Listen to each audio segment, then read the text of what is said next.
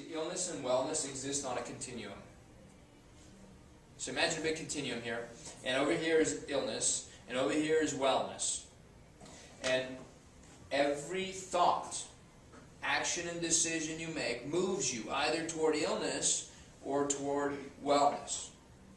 Let me ask you a question. Can you all think of one thing that you could be doing, that you're currently not doing, that would make you healthier? Can you think of one thing? Who can think of at least one thing? Good. Why aren't you doing it? Because I'm not dying. See, everybody, yeah, that's right. Everybody knows at least one thing you could already be doing, so you don't need me, you already know it. So why are we doing it? Well, you know, it's priorities. I love the fact that you said time. You don't have time. I totally understand. I totally understand. How are you going to fit in one more thing when there's no time? Okay, well, here's the deal. You got to decide what's really important to you. If you're healthier, can you be a better person or a better parent or a better spouse or a better provider?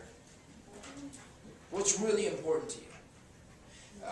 You know, I know for a fact that the only thing I want from my parents more than anything else, I remember my dad's 86 years old, I told you about him.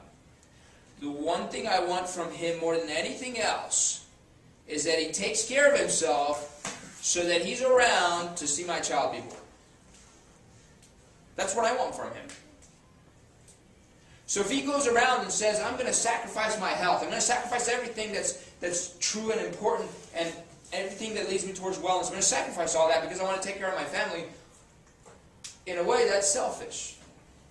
Because you really care about your family members, you'll take care of yourself first. Because number one, you want to be around for them. Number two, you don't want to be a burden on them.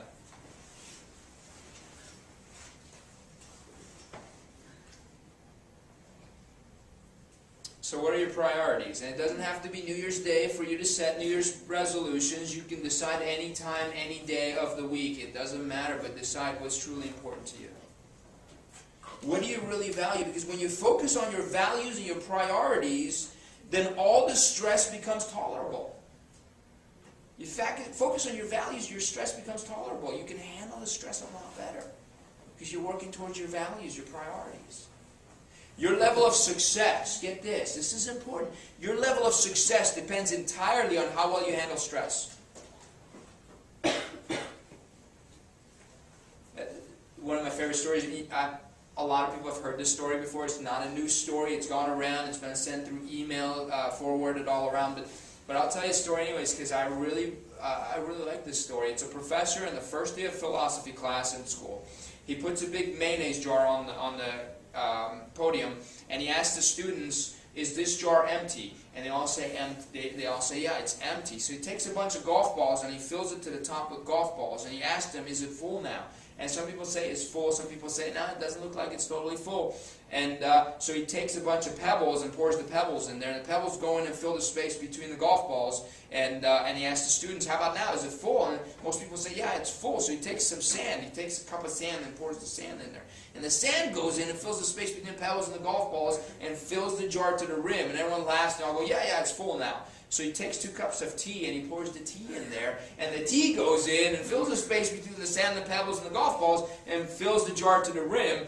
And he goes, "How about now?" And everyone starts laughing, and when the laughter subsides, the professor says, "Guys, this jar is your life. The golf balls are important things. It's your family, it's your health, it's wellness, it's your passions. And then the pebbles, those are the other important things, like your home and your car and your job. And then the sand, it's all the other stuff. It's the insignificant things that you fill your time with. And if you fill your jar with sand first, there's no room to put any golf balls in. What do you put in your jar first? Pay attention to the things and the factors that make you happy. You know, go do the things that you enjoy. Pick up a hobby. You know, I'm learning to play golf. Do I have time to play golf? I'm telling you, our office is way busier than the average office. We're putting in tons of hours in there. We're always hiring more staff. We're trying to figure out how to manage our time. But you know what? If I'm going to stand here and tell you about this stuff, I better be living it. So I'll make time for it. And you will too. Because remember, if you focus on your priorities, if you focus on your values, things that make you happy, the stress becomes tolerable. The goal isn't to avoid stress, right? The goal is to make yourself stronger so you can handle the stress. See, we all live on that continuum. And the body is never static. It's constantly moving. So I want you to be honest with yourselves right now. You don't have to tell me. Just answer this to yourself. Right now, based on your habits, your lifestyle, your thoughts, your physical stresses, your biochemical stresses, which direction are you moving? Toward illness or toward wellness? Because if the answer to that question is that you're moving away from wellness and toward illness, let this be a wake-up call. Today. Let's make a decision. Let's start moving in the right direction. Dr. Russell Reese is a world-renowned cardiothoracic surgeon. And he notices that people who survive after a heart surgery are those who've been living a good life up to that moment. He can totally tell by someone's lifestyle whether once they have a heart attack, after the surgery, how quickly they'll recover, how long it takes them to recover, and how well they recover, and whether they have permanent recovery, or whether they have other heart attacks following that. He can tell by their past life. See, he says this. Dr. Reese says, if you live long enough, you will be faced with a challenge. That's a guarantee. If you live long enough, you're going to have some kind of challenge in your life. It can be a devastating, traumatic accident. It can be a serious illness. It can be something. But everyone will face something. And he says, how you come out of that challenge, how you come out on the other side, depends entirely on how you've been living your life up to that moment.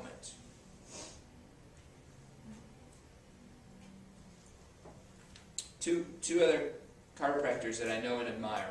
And these are people who go around the country speaking, and they have successful businesses, and they've saved thousands of lives by what they do and what they've taught. And 2 years ago, both of them got cancer.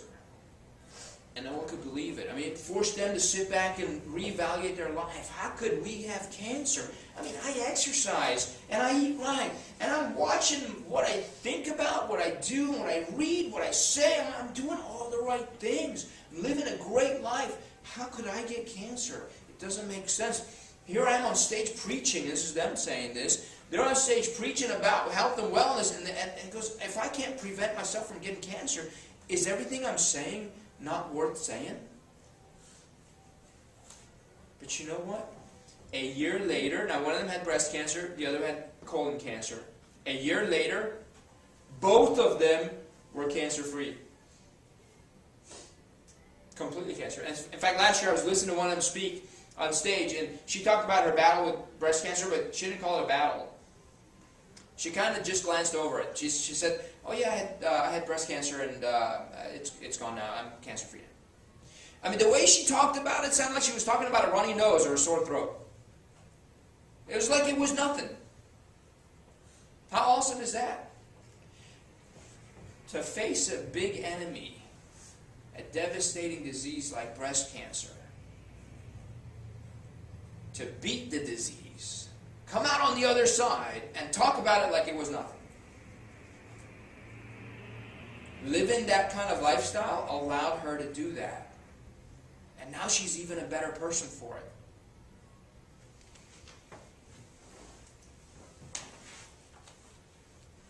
Are you prepared? Muhammad Ali said, the fight is won or lost away from witnesses, behind the lines, in the gym, and out there on the road, long before I dance under the lights.